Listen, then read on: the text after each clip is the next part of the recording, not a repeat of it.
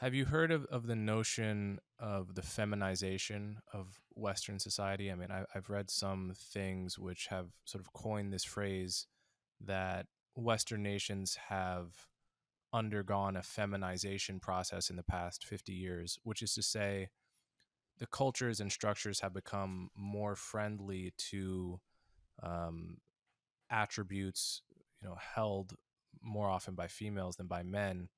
Whereas, 50 years ago, 100 years ago, it was in many ways the opposite. I mean, I think there's certainly something to this.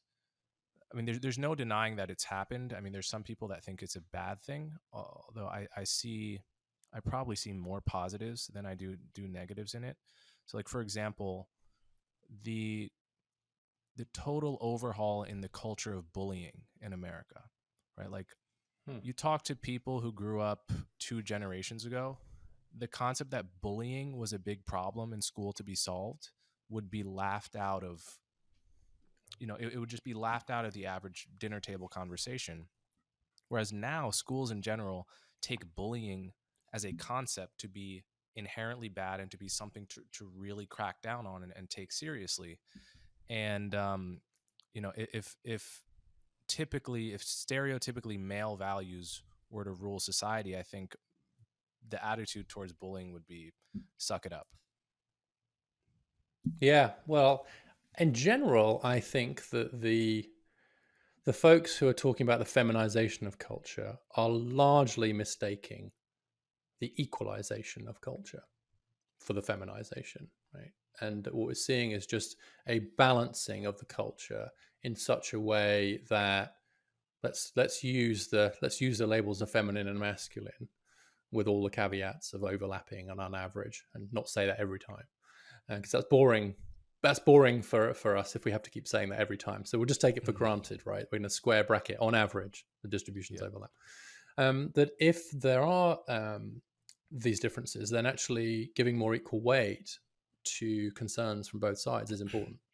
So bullying is a great example. Like when I hear my kids talk about it, so my kids are in their 20s now, and I'm in my early 50s.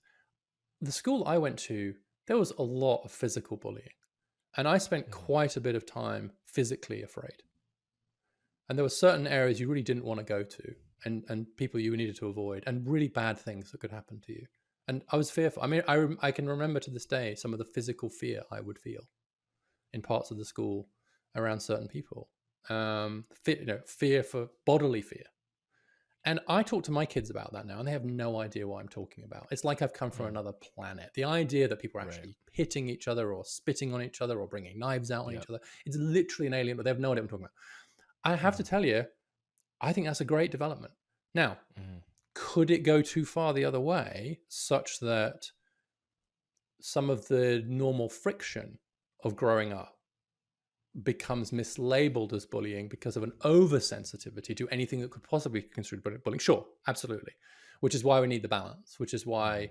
Which is why I think gender balance is good, because to the extent they're different, that's why male teachers are good. That's why it's good to have male teachers and female teachers, because they're each going to bring different sensitivities and sensibilities to the question. But by and large, I got to tell you, it looks to me more like equalization than feminization. And we haven't got to a point yet where I'm very troubled in many areas about the fact that this has become too feminized, with the possible exception of educational success, Mhm. which I'm afraid is getting wrapped up with feminine identity in a way that could be dangerous. I think I really do think, and I agree with you about this. I think most domains of society have just been equalizing, but education specifically has probably feminized. It's probably tilted to favor the average woman more than the average man. And one area um, uh, that is really related here is the notion of ADHD. Like, this is something Hmm. I sometimes get into trouble with because I really question the pathologizing of the kid that can't sit still in class, right? Like, the truth is, I've never met anyone that can just focus on anything. Or sorry, I misspoke there. I've never met anyone that can't focus in general ever, Hmm. right? I've met people that cannot focus when they're sitting for 6 hours a day, getting information fed to them in a way that is totally unnatural to the human condition. Um, but like as a musician, for example, I know brilliant and successful professional musicians, not just mediocre, amazing musicians that can sit and practice a piano if they're interested for 5 6 hours, but cannot read a homework assignment that they find boring, right? That's not Mm-hmm. a generic inability to pay attention. That's boredom with a very specific task that we demand of people only in the past couple hundred years. And we give these people Adderall, and which is not to say we shouldn't be giving them Adderall necessarily. I'm not giving medical advice, but we have this category of ADHD, which again is like, I think I looked it up just today. You'd probably know better, but according to Google, it's like 4-to-1 diagnosis, male versus female, right? It's like four Yes. boys being diagnosed for every one girl being diagnosed, and um, and basically we are saying you have a disorder because of your inability to sit still in a classroom for 6 hours, 5 days a week, 9 months out of the year, where I mean, it's possible just school, that kind of school is not going to be where you flourish in life, and that's okay. It's like, for instance, if somebody can't run really fast and jump high and isn't super coordinated, we don't say you have a disorder.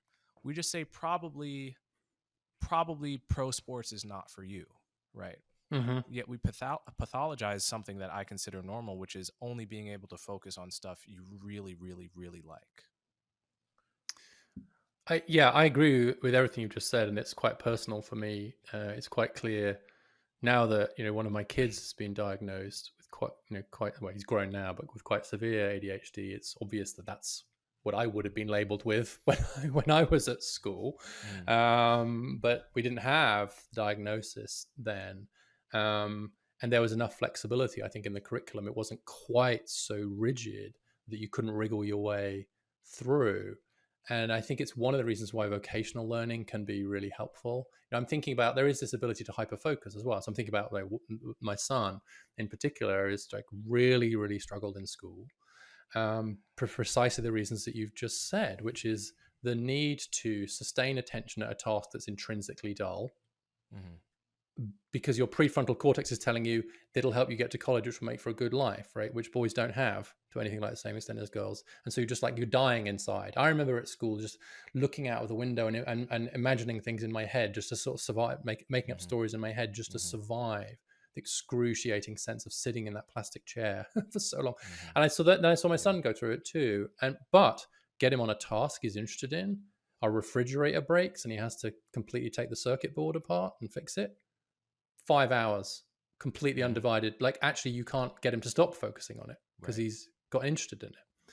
And Right. I agree. So pedagogically, the danger is the education system has inadvertently, and I'm not going to blame anybody for this, has just ended up being structured in a way that is less male friendly. It does reward long periods of sitting still. Boys do need more physical outlet.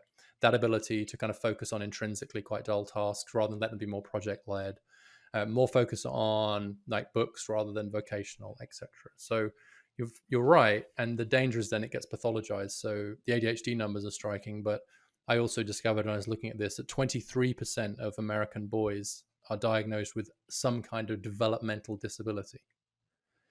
And I have to think, Wow. really? Maybe it's the system at that point, right? When Mm-hmm. you get into those sorts of numbers, you think, really, and it's correct against all these definitions, including things like ADHD, that they have a developmental disability. But there's a certain point where you have to start to wonder if it's the institutions Yeah. that are failing the boys rather than the boys that are failing in the institutions. Yeah. And I would make a sharp distinction between something like ADHD and something like autism, because, if you have autism or Asperger's, and you struggle to understand people's facial cues, that's a Mm-hmm. disadvantage regardless of how society is structured. That's intrinsically a disadvantage in life given how important human communication is, right? Whereas in most societies up till about 2 seconds ago, and in some societies today, the suite of symptoms we call ADHD might not be dysfunctional at all. It would be Mm-hmm. totally within the realm of normal, and in some sense positive. It's like you said, I've been I'm a person that some people view as smart, and I read books and I interview people like you, and you're a guy that writes books, and I'm writing my book Yes, as and you're well. writing a book, right? Yeah. Yeah. Yet I've struggled mightily to pay attention and focus, even for very short periods of time, in classes that the majority of classes I had in college, and many in high school too. I mean, it was a mighty struggle for me. If I wasn't able to cram lots of information in an emergency setting before an exam, I would have Mm-hmm. done poorly instead of excellently at Columbia. And like my intelligence, whatever intelligence I have, is really, it's it's almost only brought out when I'm interested, super interested in something, and then I can focus for um, you know, lengths of time that are like possibly dysfunctional. Yeah, and it's So, also why it's why I have why in the long run I think it all kind of works out because the labor market, assuming you have a pretty pluralistic labor market, provides lots of opportunities to match your mhm, particular idiosyncrasies to a role. And so, like, if you've got my kind of attention deficit problems, which sounds like is similar to yours, then actually being a journalist was terrific. Like hyper focus for a while on something. There was a subject I was interested in, it was economics, and then mhm, file it and then start again the next day. yeah, It was fast, it was high adrenaline, all of those things worked. And then I just, I've always found ways to do work that's intrinsically interesting to me, and because it's interesting to me and I have cognitive skills, I can succeed at it.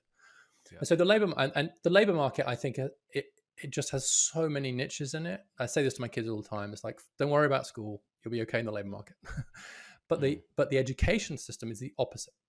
The education system is the opposite of plural. It's incredibly unitary, it's incredibly prescriptive, and it rewards these non cognitive skills, the ability to stick with tasks that are not intrinsically that interesting, but which will pay off in certain tangible ways in the education system. Those are rewarded, like your GPA. And you're seeing colleges now moving away from even using the SAT or ACT in admissions, which means GPA will get more mhm, important. And girls are smoking boys at GPA. Among mm, the high schoolers with the top 10% GPAs, two-thirds of them are girls. At the bottom, two-thirds of them are boys. And GPA is a great example of something that does reward the stuff that many people struggle with, and boys especially, which is turning in the homework, doing the boring stuff. Why would you do that? And the answer is because it'll get you a good GPA. But why do you care about good GPA? To get to a good college? Why do you care about that? I mean, you can't. You're not future oriented enough to think about that. And so that's one of the ways in which the education system is structured to favor girls on average than boys. Again, totally, it's not a feminist plot. Feminists didn't sit down 100 years ago and design the education system this way. In fact, they weren't the ones doing it. It was men. But but now that girls have had the sort of brakes taken off and are heading off to college in such numbers, I think we can see how the education system is structurally not working for boys yeah, and men, and we can have some positive solutions to it. And that doesn't in any way mean we should be trying to roll back the tide on women's educational success. It means we should be helping the boys and men keep up.